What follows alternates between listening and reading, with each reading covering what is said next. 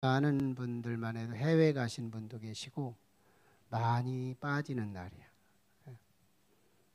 그런데도 안 빠지고 이 자리에 오신 게 얼마나 감사한지요.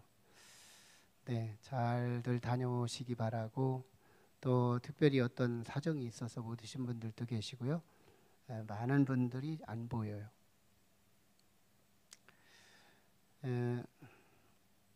지식이 이 서재에 두고 다니는 사람들을 세상은 선생님이라고 하지 않습니다. 또 어떤 기술, 그 기술을 책 속에 두고 다니는 사람 또한 기술자라고 하지 않습니다. 역시 성경은 하나님을 내 몸 밖에 두는 사람을 성도라고 하지 않습니다. 오직 하나님을 내 안에 모신 사람, 그리스도의 영이 내 안에 없으면 그리스도인이 아니다. 밥을 내 몸 안에 넣어야 땀 흘려서 일할 수 있듯이, 하나님이 내 안에 계실 때, 하나님의 말씀과 진리가 내 안에 계실 때 우리는 하나님의 나라의 주역이 되어서 일할 수 있다는 겁니다. 오늘은 그 안에 하나님을 모신 두 사람의 만남을 통해서 놀라운 새로운 시대가 준비되고 있는 그런 말씀이 소개되고 있어요. 특별히 지난 시간에 예수님의 어머니 마리아에게 가브리엘 천사가 예수 그리스도가 당신의 몸에 잉태되었다는 수태고지를 전하고 떠나게 되는 순간, 마리아는 발바쁘게 어디를 찾아갔느냐, 엘리사벳이라고 하는 자기 친척 세례 요한의 엄마, 이미 임신한 지 6개월쯤 된 그 집안 어른을 찾아서 갑니다. 아주 달려서 가는 분위기예요. 굉장히 먼 걸음이고 고원지대이기 때문에 여성으로서 찾아가기 쉽지 않은 코스예요. 그런데도 그는 지금 무언가가 지금 가게 하는, 발걸음을 재촉하며 출발하게 하는 힘이 있어요. 그도 그럴 것이 실제로 36절에서 말씀했던 것처럼 이 천사 가브리엘 천사가 마리아에게 믿음을 돕기 위해서 믿지 못하니까, 동정녀인 남자도 경험하지 않았는데 아기를 준다는 말씀을 들으니까 이게 얼떨떨하지 않겠어요? 그게 정상 아니겠어요? 안 믿어지는 것이 더 정상이지 믿고 있는 게 더 정상이지 않지 않겠어요? 근데 믿어야 할 일이었기 때문에 천사는 믿음을 돕기 위해서 이런 말씀을 합니다. 네가 안 믿어지지? 그럼 네 친척 중에 엘리사벳이라는 나이 먹은 늘 노인들이 있는데, 이 노인들에게 내가 아이를 주어서 임신을 한 노인이 있는데 그게 엘리사벳이다. 그 뱃속에 이미 임신한 지 6개월이 지났다. 네가 가서 확인해봐라. 그런 투로 말씀을 하신 겁니다. 천사가 떠났으니까 바로 이 마리아는 그게 궁금한 거예요. 떠날 때 마리아의 마음을 한번 생각해 봐요. 인간인지라 동정녀 임신에 대해서 믿기 어려웠을 거예요. 반신반의, 믿음이 굉장히 흐릿하고 믿기가 참 어려운. 그러나 어떻게 해요? 그래도 지금 한번 천사가 여지를 주었으니까 한번 가서 확인해 보겠다고, 확인 겸. 그러면서 참 자식을 못 낳던 엘리사벳에게 임신했다는 그 기쁨, 또 나에게도 하나님의 임신됐다는 이 기쁨, 이 기쁨을 좀 나누기 위해서, 한편으로는 확인을 위해, 한편으로는 기쁨을 나누기 위해 여러 가지 만감이 오가면서 마리아는 엘리사벳 친척 어른 여성을 찾아갑니다. 딱 도착하자마자 이상하죠. 그 엘리사벳 뱃속에 있는 6개월짜리 그가 태동을 하는데, 그날따라 딴 날 같지 않은 태동을 합니다. 애가 발길질을 하죠. 뭐 불쑥불쑥 튀어나오죠. 근데 이걸 누가 와? 그리고 엘리사벳은 이것을 마치 예수님이 자기를 찾아왔을 때 환영하는, 기뻐서 뛰는 그런 장면으로 누가도 그렇고 엘리사벳도 그걸 인지하고 있는 거예요. 뭘로? 성령 안에서 이걸 알고 있습니다. 자, 그런 상황에서 순간적으로 일어나는 일이 있는데 엘리사벳이 성령이 충만합니다. 그도 그럴 것이 예수 그리스도가 왔잖아요. 예수 그리스도가 자기 집을 찾아왔고 영접하는 이런 경청하는 태도를 보이자 성령이 충만해요. 세례 요한 엄마가 성령이 충만해서 마리아에 보니까, 마리아가 지금 아마 초음파 사진을 본다면 뭐 지금 얼마나 됐어요? 금방 천사 떠나고 왔으니까 아마 초음파 사진을 봤을 때 점도 안 보일 거예요. 그 정도. 근데 성령은 봅니다. 아, 내 주의 모친이 여기에 왔으니 내가 어찌할꼬, 이런 고백을 쏟아낼 만큼. 그러면서 이 엘리사벳이 마리아를 복 있는 자라고 세 가지로 축복합니다. 엄청난 축복을 하는데요. 첫째, 축복이 너는 여자 중에 최고다. 그 복이 너에게 있다. 여자들 중에서 하나님을 임신했으니 너는 최고의 복을 받은 자다. 또 네 복 중에 성령 안에서 네 안에 잉태된 예수 그 태아가 복이 있다. 또 주의 말씀은 믿어질 수 없는 상황이지만 반드시 믿고 있는 마리아, 너는 복이 있다. 이 세 가지 복을 주게 됩니다. 그러자 이 복을 받은 마리아가 하나님께 한나의 찬송을 자기 찬송으로 인용하며 기뻐서 찬송을 하는 내용이 46절에서 56절까지 소개되고 있어요. 그리고 3개월 동안 함께 같이 지내면서 동행을 하다가 3개월이 참에 마리아가 집으로 돌아갔다, 이 얘기입니다. 그 안에 하나님을 모신 사람들의 이 만남이 일으킨 이 영원한 만남의 모델, 두 가지 엑기스, 두 가지 우리도 갖고 싶은 이 두 가지 비밀, 이것이 오늘 본문에 소개되고 있습니다. 자, 하나가 뭐냐? 신앙의 확신. 이 하나님을 품은 자들의 둘의 만남 통해서 서로 둘이 다 신앙의 확신을 갖게 되었다는 거예요. 제가 마태복음을 강의하면서 예언의 원근법에 대해 설명한 적이 있었어요. 성경에 나타난 모든 예언사들은 한결같이 원근법으로 선포되고 있다는 겁니다. 어떤 예언이 주어지면 먼 미래에 이루어질 것이 있으면 그 먼 미래에 내가 죽은 뒤에도 이루어질 것들이 많잖아요. 그러면 그것이 이루어질 것과 나하고 무슨 상관이 있어요? 그래서 하나님은 우리의 연약함을 돕기 위해서 가까운 미래에 우리가 확인할 수 있는 가까운 성취 이야기를 반드시 주십니다. 모든 예언은 반드시 가까이 이루어질 것들을 주세요. 그래서 그것을 통해서 우리에게 믿음을 도우시기 위해, 그래서 먼 미래에 이루어질 그것에 대해서 믿음으로 반응할 수 있도록 하나님이 우리에게 예언 시스템을 반드시 가까운 미래에 이루어지는 원근법을 주셨다는 거예요. 그러니까 그것이 마리아에게 보면 가까운 미래에 확인할 수 있는 게 뭐냐면 엘리사벳의 임신 여부거든요. 그래서 가봤더니 아닌 게 아니라 임신한 거예요. 이때 마리아의 가슴에 뭐가 생겼을까요? 가서 확인해 보니까 진짜야. 임신 못하고 자식 못 낳는다는 게 소문난 게 일반적인 한참의 역사인데, 그런데 이 노인이 임신을 한 거야. 6개월 됐으니까 태동도 일어나고 몸도 조금 불어나는 상황인 거예요. 그러니까 확인이 되니까 야, 천사의 말과 지금 엘리사벳의 임신의 여부와 지금 이런 것을 확인한 마리아에게 나한테 임신했다는 지금 천사의 말이 믿어지겠어요? 안 믿어지겠어요? 믿어진다는 거예요. 여기에 확신의 선물이 주어집니다. 엘리사벳도 마찬가지였어요. 똑같은 가브리엘 천사가 수태고지를 했지만, 아니 나이 먹은 우리들이 자식을 낳을까? 굉장히 의문했어요. 반신반의했다니까요. 그래서 벙어리 드는, 사가랴가 벙어리 드는 그런 어떤 재앙도 잠시 동안 임했던 거지만, 그런데도 불구하고 이 엘리사벳도 역시 마리아와 별반 다르지 않았어요. 자식을 낳습니다.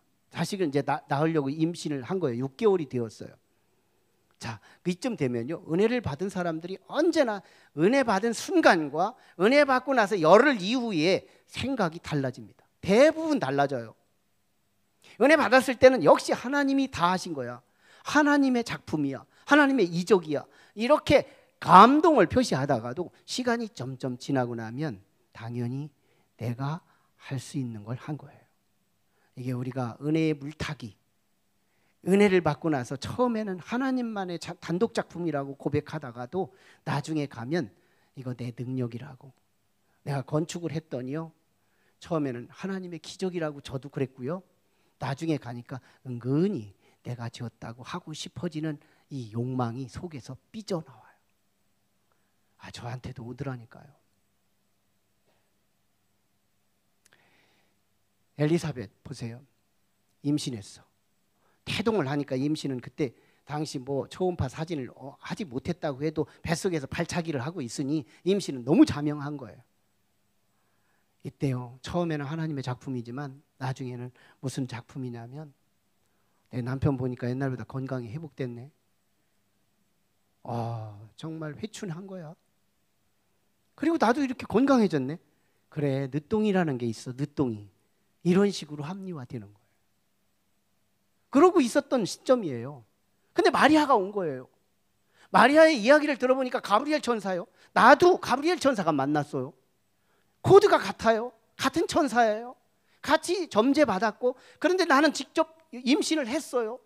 근데 지금 자연주의로 해석하고 있는 시점에서 마리아도 임신했다고 말하면서 천사가 알려줘서 왔다는 거예요. 이 알리바이, 이 전체적인 이 알고리즘이 엮어지면서 마리아에게도 확신, 엘리사벳에게도 확신이 주어지는 거예요. 그 안에 하나님이 있는 사람들의 만남의 결과 뭐예요? 확신이라는 게 있다는 거예요. 사람의 만남이 참 믿음이 있는 사람, 성령이 있는 사람, 하나님이 그 안에 있는 사람들의 만남은 만나고 헤어지고 끝나는 게 아니래요. 놀랍게도 만나고 나면 이상하게 믿음이 증진된대요. 흔들리던 믿음은 확신으로, 작은 믿음은 큰 믿음으로, 이런 분명한 믿음으로 변화되더라는 거예요. 더 중요한 건 믿음의 확신 위에 하나님이 부어주시는 게 있으니 그게 축복이랍니다. 엘리사벳에서 준 축복이 뭔지 알아요? 엘리사벳은 성령을 충만하게 줍니다. 성령이 충만하게 내려요. 만나자마자 성령이 충만합니다. 그런데 마리아에게는 무슨 축복을 줘요? 엘리사벳이 성령이 충만해서 3가지 축복을 줬는데, 아까 소개했던 여자 중에 네가 최고요. 그 속에 있는 태아도 최고요. 그리고 말씀을 믿을 수 없는 상황에 믿고 있는 네가 복이 있다고 선포하며 축복을 선포하게 된 겁니다. 그러니까 확신, 흔들리는 믿음 위에 축복을 주신 기사가 없고, 성경의 모든 축복론은 확신이 있는 자들에게 부어주시는 것이 있으니 상상할 수 없는 복들이 그들에게 주어지더라는 거예요. 우리가 나름대로 어떤 기복신앙을 갖고 또 부족 같은 것을 우리의 몸에 품으면 확신 같지 않습니다. 그냥 품고 다니면 당연히 자동적으로 내가 잘 될 것을 기대하고 살아요. 이 신앙이 기독교 안에, 우리 교회 안에 그냥 들어와요. 그래서 우리가 교회에 왔다 갔다 하면 그냥 복을 받는다고만 생각하는 거예요. No, 성경은 축복, 확신에 부어주는 축복이지 흔들거리는 미온적인 거기에 부어지는 축복이 아니라는 거예요. 물론요, 보편적인 축복은 다 줍니다. 보편론 얘기하는 게 아니에요. 특별히 하나님이 내게 주시는 축복들은 다 확신을 그 가운데 부어주시더라는 거예요. 여러분, 마리아에게 주어진 축복이 마리아의 찬송인 46절에서 56절까지 완전히 녹아 있습니다. 거기에 46절, 47절, 51절에 보면 전인적으로 축복이 놓여지는데요, 영혼 46절에, 47절에 그 마음, 51절에 생각, 거기까지 다 녹여서 하나님 마리아의 그 은혜가 이 찬송 가사 속에 딱 녹아집니다. 근데 알고 보면 이 마리아의 찬송이 놀랍게도 한나의 찬송하고 같은 찬송이에요. 근데 이 한나의 찬송을 왜 마리아가 불렀을까? 마리아의 엄마로부터 유대교의 교육 방식인 한나의 노래를 한번 가르쳤는데 한나의 노래 가사가 마리아의 자기 생애와 너무 유사한 거예요. 여러분들 찬송을 부를 때 어떤 때는 눈물이 쑥 빠지게 불러지는 찬송이 있는데 그 찬송이 내 삶과 너무 같을 때 은혜 받는 거예요. 마리아가요, 한나의 노래를 한번 찬양을 하다가 이건 내 거야. 그 속에 보면 한나가 얼마나 억울한 삶을 살아왔는지, 얼마나 연약하고 비판을 당하고 같은 동서로부터 비판당하고 자식 없다고 핥힘당하고 그러가면서 비판을 당하며 고독하게 살아왔던 이 한나가 한나의 노래 속에 탄호가 있거든요. 그런데요, 내 하나님은 나의 외로움을, 나의 가난함을, 나의 배고픔을, 나의 불쌍함을 만회시켜서 나를 공격하는 자를 오히려 낮추시고 나를 높이시고, 이게 찬송 가사인 거예요. 마리아가 이 찬송을 자기 18번으로 삼습니다. 그래, 노래 가사 하나 틀리지 않고요, 한나의 노래가 그대로 인용되는 거예요. 그대로. 우리도 찬양에 18번이 필요해요. 유행가에 18번은 있는데 찬송에 18번이 없어. 이거 우리의 신앙의 정체성, 의무를 가질 필요가 있는 거예요. 이 마리아는 자기 18번이 있는 거예요. 이 한나의 노래. 근데 한나의 노래보다 마리아의 노래가 더 승화되는 이유는 자기의 기쁨과 자기의 영광을 넘어 하나님 나라의 회복과 구원의 영원한 승리까지를 이어주고 있다는 점에서 한나의 노래는, 마리아의 노래는 한나의 노래를 능가합니다. 어쨌든요, 그러나 이 한나는 찬송을 부르는 자였어요. 그런 점에서 지난주도 나눴던 것처럼 가톨릭의 성모 마리아 숭배는 잘못된 거예요. 만에 하나 한나가 찬송을 누군가로부터 받았다면 성모 마리아한테 우리가 빌기도 하고 기도도 해야 옳아요. 그런데 성모 이 마리아는 이 모든 자신의 연약함, 자신의 불쌍함, 자신의 이 두려움, 자신의 불쌍함, 이런 것들을 다 소재로 삼아서 하나님께서 나를 역전시켜 주셨음을 노래하는 내용들이거든요. 그러므로 마리아는 성정이 우리와 동일하다는 말씀인 거예요. 나하고 똑같다 이거예요. 그런데 마리아한테 기도할 수는 없다는 거예요. 잘못됐다는 걸 또 짚어주는 말씀이기도 합니다. 여러분, 하나님이 그 안에 계신 자의 만남 속에서 얻어지는 두 번째 축복이 뭐냐면 성령 안에서 깊은 교제가 소개되고 있다는 겁니다. 성령 안에서 깊은 교제. 오늘 본문은 두 사람의 만남이 소개돼요. 마리아와 엘리사벳. 다시 말하면 예수님의 엄마와 세례 요한의 엄마가 만난 거예요. 그들은 성령이 충만했어요. 하나님을 안에 모신 자들, 하나님을 가슴에 모신 자들의 만남이었습니다. 자, 그런데 둘의 만남이지만 엄격히 인격으로 따져보면 넷의 만남입니다. 이 넷의 만남이 다 성령 안에 있었음을 암시되는 것이 15절인 거예요. 성령 안에 있었다. 엄마가 성령이 충만하니 아이에게도 영향을 끼치고 있다는 의미거든요. 엄마가 성령이 충만하니 아이에게도 영향을 끼친다. 엄마가 영양가 있는 음식을 먹었더니 태아에게도 영향을 끼치는 것이 우리의 자연주의의 당연한 원리인 것처럼 엄마들이 성령이 충만하니 자식들이 성령이 함께 하더라는 거예요. 자, 그래서 오늘 본문은 4명이 성령 안에서의 교제가 소개되는 거예요. 굉장히 중요한 메시지를 담는 건데요. 먼저 우리는 두 사람부터 이렇게 한 분석을 해보는데, 마리아와 엘리사벳의 교제입니다. 엘리사벳이 갑자기 성령이 충만해서, 성령이 충만하다는 이 말이 무슨 뜻이냐면, 우리는 열길 물속은 몰라도 알아도 사람 속은 모른다는 속담이 있어요. 그런데 성령이 임하면 어떤 얘기인지 알아요? 사람 속 따위는 아무것도 아니에요. 하나님의 속까지 관통한대요.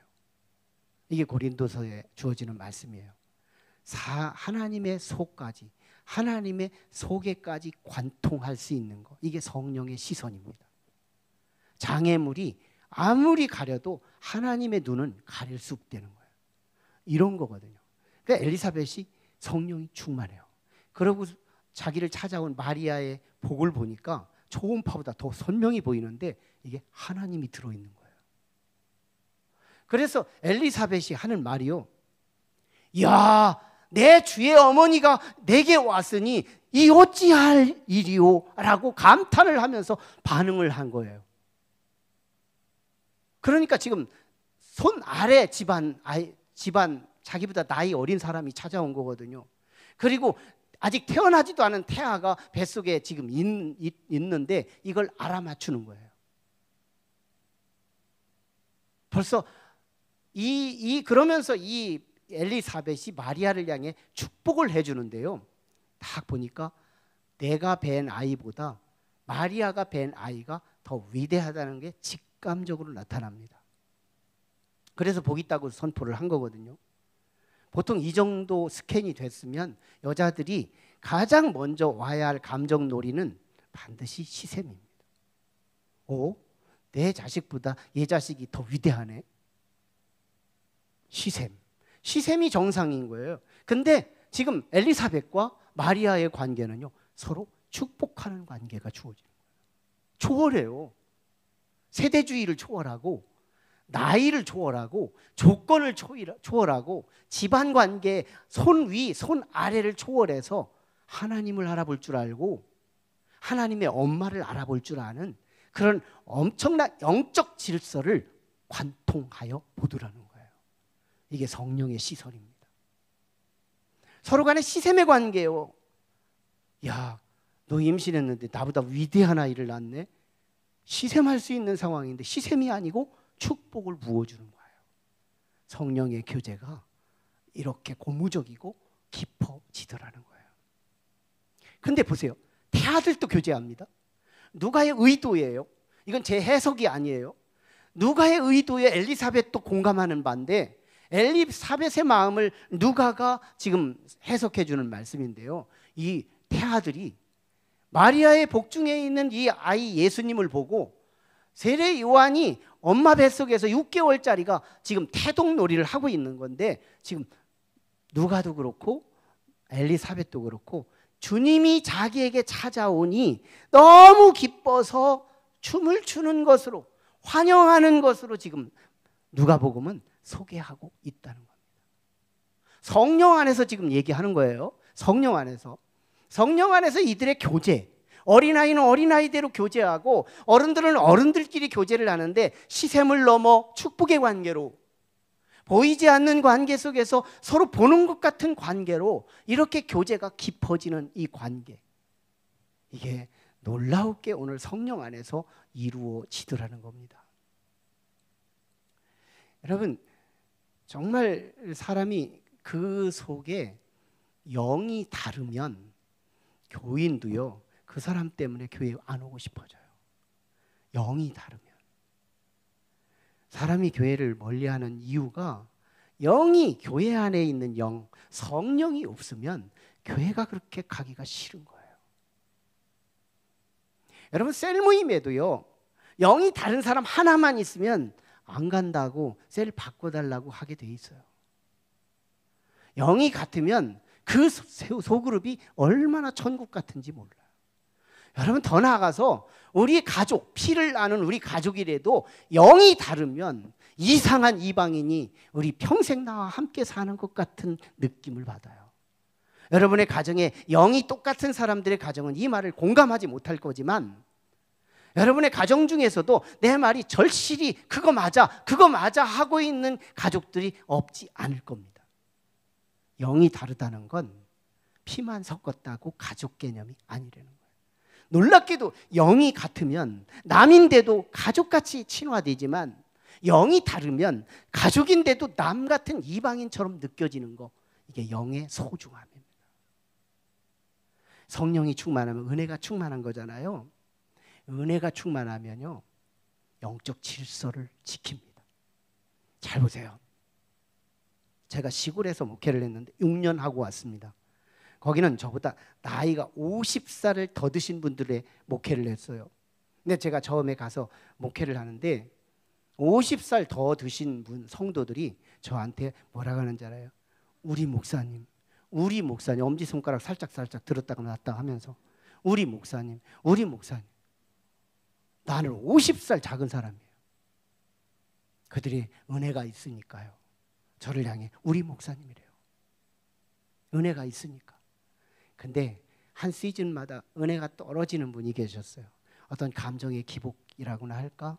어떤 정서적인 문제가 봄철만 오면 좀 이렇게 감정이 뒤집히는 분이 계셨어요. 그분이 은혜가 떨어질 때였어요. 그때 저한테 따지고 들어오는데 뭐라고 하는지 알아요? 목사님 이 땅에 태어나지도 않았을 때 나 권사직분 받았어요. 짬밥으로 눌러버리는 거예요.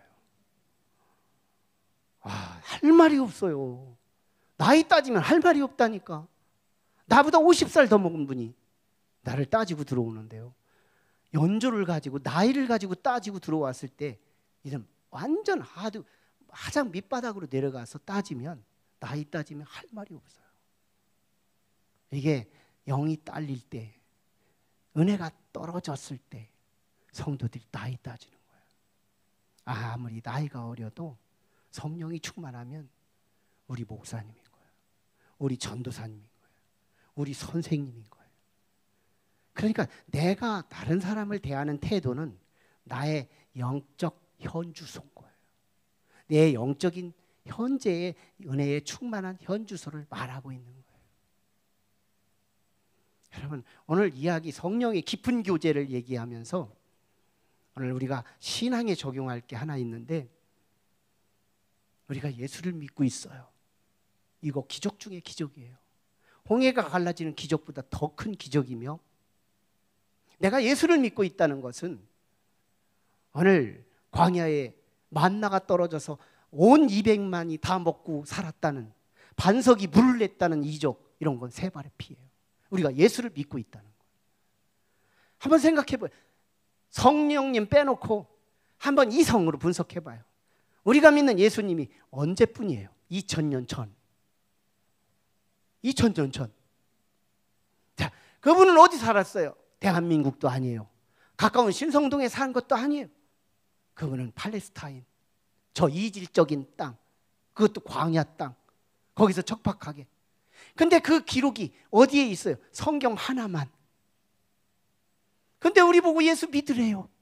예수님은 길이요 진리요 생명이니 그로 말미암지 않고는 아버지께로 올 자가 없대요. 아멘 하고 지금 믿고 있어요. 안 믿는 사람들이 우리를 향해 말합니다. 예수 믿는 것들은 다 미쳤다고. 틀린 거예요? 예수 믿는 건 다 미쳤다고. 맞는 말인 거예요. 우리는 미친 거예요. 정상인이라면 우리는 예수 믿을 수 없는 거예요. 2000년이라는 시간의 갭과 장소의 갭이 우리의 이성을 방해하잖아요. 믿을 수 없어요. 안 믿는 게 정상이에요. 그러나 성경은 한 가지를 더 둡니다. 그게 뭐예요? 거룩한 영, 그리스도의 영, 하나님의 영, 보이지 않지만 역사하는 영. 공기여서 보이지는 않지만 이 마이크에 힘을 가해서 소리가 커지는, 확성되는 이 힘은 능력인 거예요. 이게 푸뉴마, 성령입니다. 성령이 뭐예요? 하나님의 깊은 것까지도 관통하는. 엑스레이가 사람을 뚫는다고요? MRI가 사람의 깊이를 들여다본다고요? 성령보다 못합니다. 성령은 앞에 철장 수백 장을 깔아놓고, 그리고 수많은 건물을 가려놓고 저 끝에 볼 것을 목표하면 그걸 관통하여 실체를 볼 수 있대요. 이게 성령의 시선입니다. 사도 바울은 이렇게 말해요. 그리스도 안에서 너희가 예수 믿을 때 성령을 받았느냐고. 성령이 없다면 우리는 예수 믿는 게 거짓이고, 성령이 있다면 믿음이 없는 것 같아도 그는 믿고 있다는 거예요. 예수 믿을 때 성령은 경쟁력이에요. 우리에게 성령이 없다면 예수를 안 믿는 것이고 다른 것이 없고, 우리가 성령이 있다면 지금 내가 시들시들하는 것 같아도 나는 예수가 있는 거예요. 성령이 그렇게 중요해요.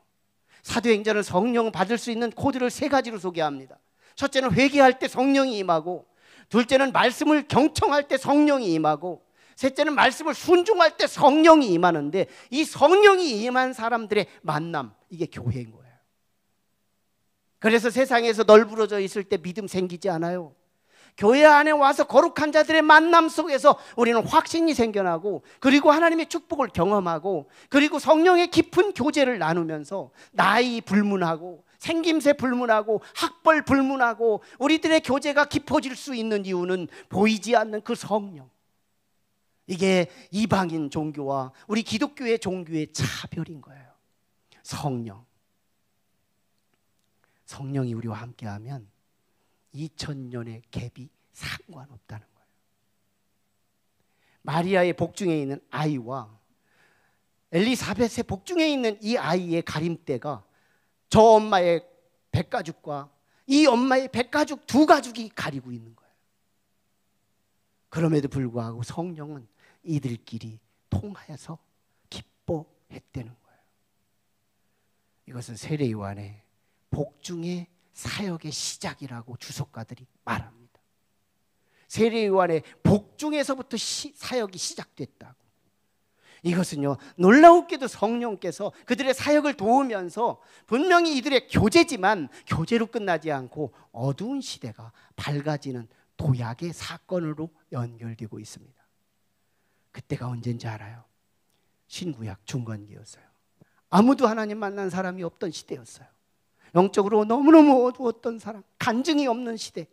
그 시대에 마리아의 성령, 엘리사벳의 성령, 하나님을 가슴에 둔 자들의 이들의 만남에서 확신의 선물과 교제의 깊이와 어두운 시대의 도약, 새로운 시대가 열리고 있습니다.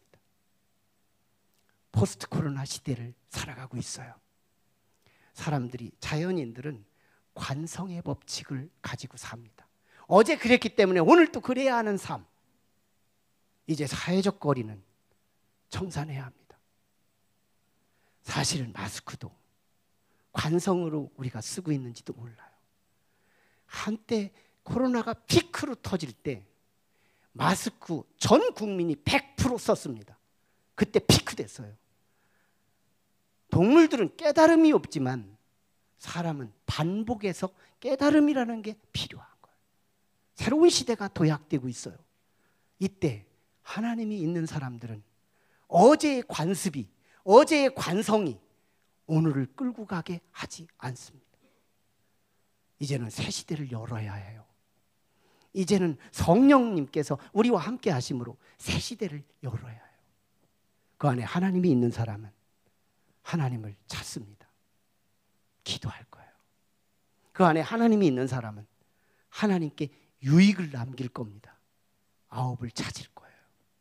그리고 반드시 그들의 축복이 그들의 것이 될 거예요. 기도하겠습니다. 우리 같이 기도하실 때, 하나님, 오늘 이 시간